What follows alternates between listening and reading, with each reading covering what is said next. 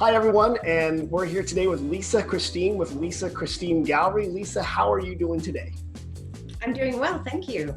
Good. Well, thank you for joining me. Lisa, you are known as a photographer. You are a photographer, not known as a photographer. You've got a gallery on the Sonoma Plaza. You've traveled all around the world. Today, we're going to talk a little bit about your work and then about hopefully bringing people back to come visit your gallery when the time is right. So why don't you tell me a little bit about yourself, Lisa? First of all, where are you from and how'd you get into photography? Well, gosh, I'm a native San Franciscan. Okay. And I've been documenting humanity around the world for the last 30 plus years in more than 150 countries. Okay. I've done so with this notion of inspiring unity, and it's sort of like celebrating diversity, and in our differences we are one kind of thing. And then I do a lot of social cause-oriented work on the refugee crisis as well as modern-day slavery. So that's kind of the aspects of how I roll with my work. I have my gallery on the square. In fact, we've been there 15 years, and I truly think of it as a sanctuary. Like, if I'm having a rough and tumble day, I'll go up there and just stand amongst all these astonishing people that I've had the privilege of photographing, and just be in their presence, and I feel elevated, you know? Right. Well, no, what I love in your gallery, it's right there on First Street East. It's actually right across from my window at the Visitor Center. So Totally. I love it. Yeah, so I can look out at your work. Often when I'm like typing an email, I'm like, oh, and it has the ability to kind of take me away, even though you should never leave Sonoma, of course, right? Right. But it's amazing. Matter of fact, Lisa, you have hanging in the front, I believe it's from the Amazon, a gentleman, I'm assuming it's like someone from Brazil or that sort of area. Can you tell me about that image? You know what I'm talking about? And I'm sorry if I'm these. I do. That image is called a rutum. And a rutum means life force or life energy. So that was made in the Amazon, and the young man in it is a shuar, well, actually Achuar, warrior. And they live in the Amazon. They're in real harmony with their environment. And he's holding like this blowgun that when he aims it at a monkey or some sort of bird, they like never miss. It's amazing.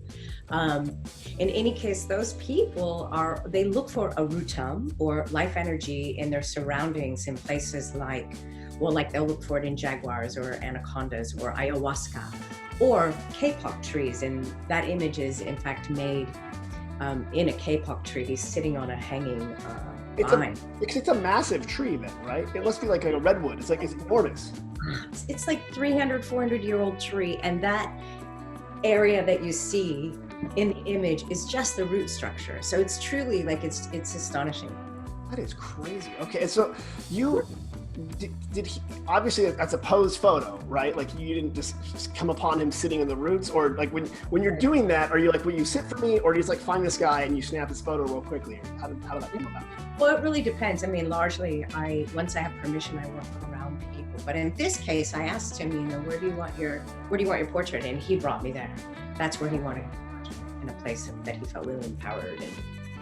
Yeah, that's a great image, and I enjoy that. Oh, go ahead.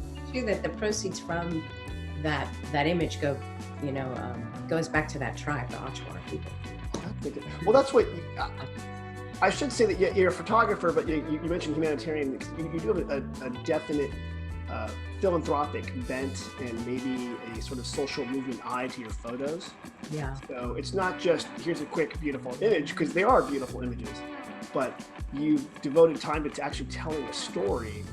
And I think when you talked about at the beginning, when you said the modern slavery, which is one of the books that you have out, and I think you've been working on that for a while, was people aren't often aware of maybe the conditions of everything that they have, where it comes from, right? Right. And awareness kind of came out, but can you tell me a bit about that book? Even though it's it's not the most positive of topics, but it's an important topip, and how your photography reflects that. So tell me a little bit more about that.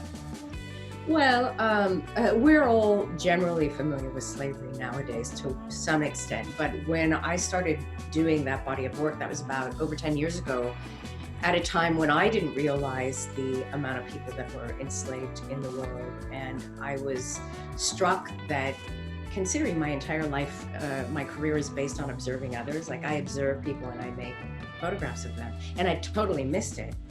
So now, we have some 41 million people that are enslaved around the world. And though it's illegal in every country, it happens in every country, including our own backyard, as we know.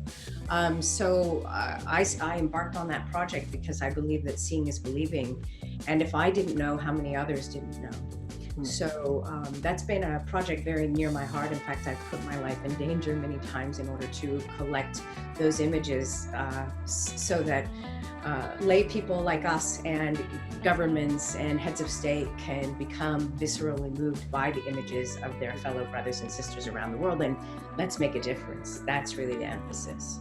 Yeah, I was watching a TED Talk you did talking about crawling down into like an illegal mine. With like no safety, it was just like sticks and stuff like that. And the people that were basically forced to work on this mine without any kind of safety or payment or anything like that. And it just sort of hits you that, I mean, again, in Sonoma Valley, we talk a lot about happiness and joy and stuff like that, but there's also awareness that you're bringing to consumers, people who live in this country, that not everything is always what it seems.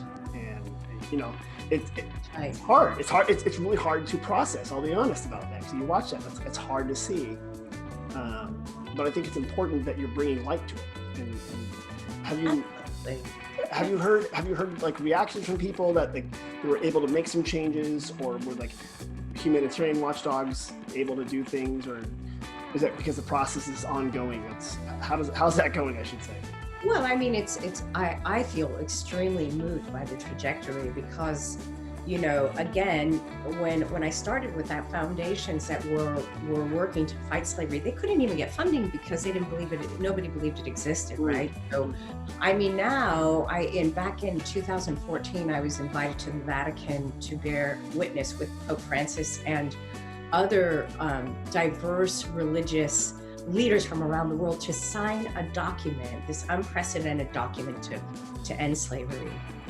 And so I have seen awareness become really powerful now. In fact, I was speaking at the United Nations this last assembly, and they devoted an enormous amount of time to human trafficking. That shows me very clearly that things have changed.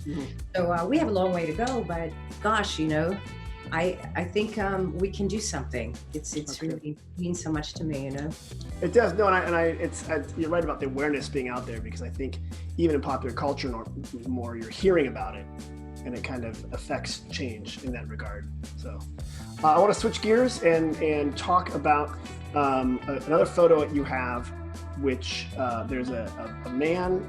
And I don't know if this is like in Thailand or Burma or Sri Lanka, I don't know, but it looks like he's pushing an elephant or praying with his elephant. Can you tell me a bit about this image? Yeah, that image is really popular. It's called Beast Tusks. In fact, it was made in Thailand. Okay. And this was made not in a sanctuary, but rather in a community where a lot of families have elephants. And he was actually pushing his animal into the river for a bath, but it appears, and it's so reverential, right? Right. It is like a prayer in a way, but actually he's just kind of like, you gotta get you clean, It's like when I lean up against a Toyota in my driveway, right? It's just like, I'm done with this. I'm just trying to get this job done. But it does show, it does have a reverential aspect. It does. Now, another image you sent, which I think is called Duality, and is from Ethiopia, is that right? That's right. And tell me a bit about this. It's more of a portrait style, but I have a sense that he didn't dress up for the photo. This was something that was going on, and then you were there taking the picture. Yeah, that's right. This was made in the Omo Valley in Ethiopia. And many of the tribes down in the southern part, they're really into body art, and they paint themselves and decorate themselves with nature every day. So that's all ochre on his body, different colors of ochres that they gather from different areas, different riverbeds and things like that. But he's a young man, and that particular image is so striking to me because you just see this young man in the space of becoming, but the way he's painted, I think, speaks to the human experience, you know, this notion of duality, this notion of yin and yang, this notion of negative and positive. And I don't know, I think it's just, it moves me so much. I was very delighted to make that image and to spend time with these people that are so far removed from everything we know. It's awesome. Right. And it's great because you mentioned the art, you know, the process of becoming young man, duality, you know, not yet fully adult, not yet a child. Oh. You know, it is a great image. Tell me a bit about the Sonoma Gallery. When people go there, what can they see? What do they expect? How does it work?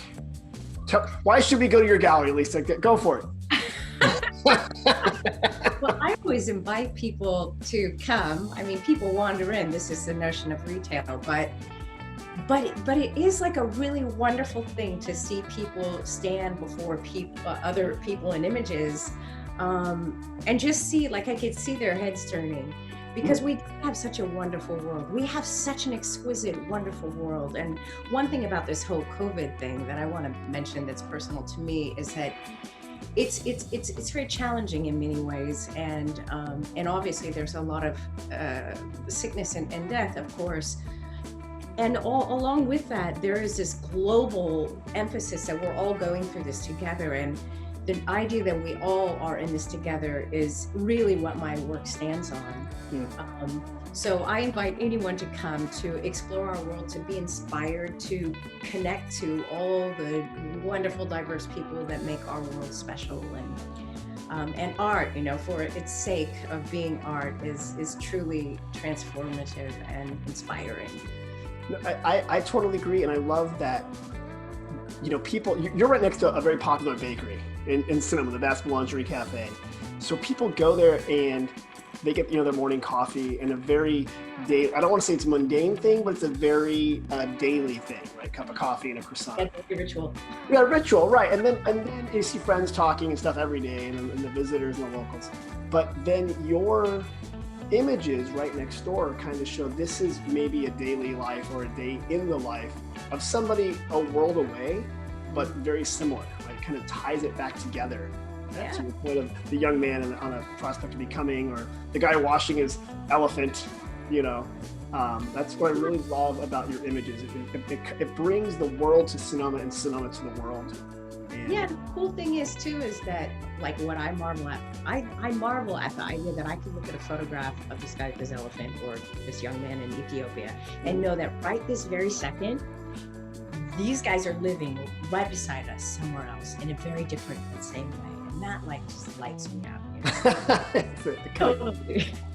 Well, Lisa, this is great. Tell me, if people want more information, I believe your website is lisakristine.com. Yes, and it's Kristine with a K. Thank you. That's right, because that's Christie's, Kristine's, Christina's. They're all spelled different ways. Yeah. Okay, and you're also on YouTube. You're on Instagram. You're on Facebook. Yeah. I'm sure if there's a new social media channel, TikTok, if you've got kids. I'm on, not TikTok. I'm not, but my kids are. We'll see how good you are at dancing in the hallway bathroom later, because that's what TikTok seems to be. Yeah, stays young. And Lisa, if there's one place you're going to go travel next when this is all over, other than Sonoma, where do you think is your next trip's going to take you to? Where are you going? I think it will be Mongolia. Oh wow. Okay. Yeah. You know, work on your throat singing and the yurt and yeah, like, you know, get some tuba lessons. That's right. A little bit of yak butter. So that'll be good.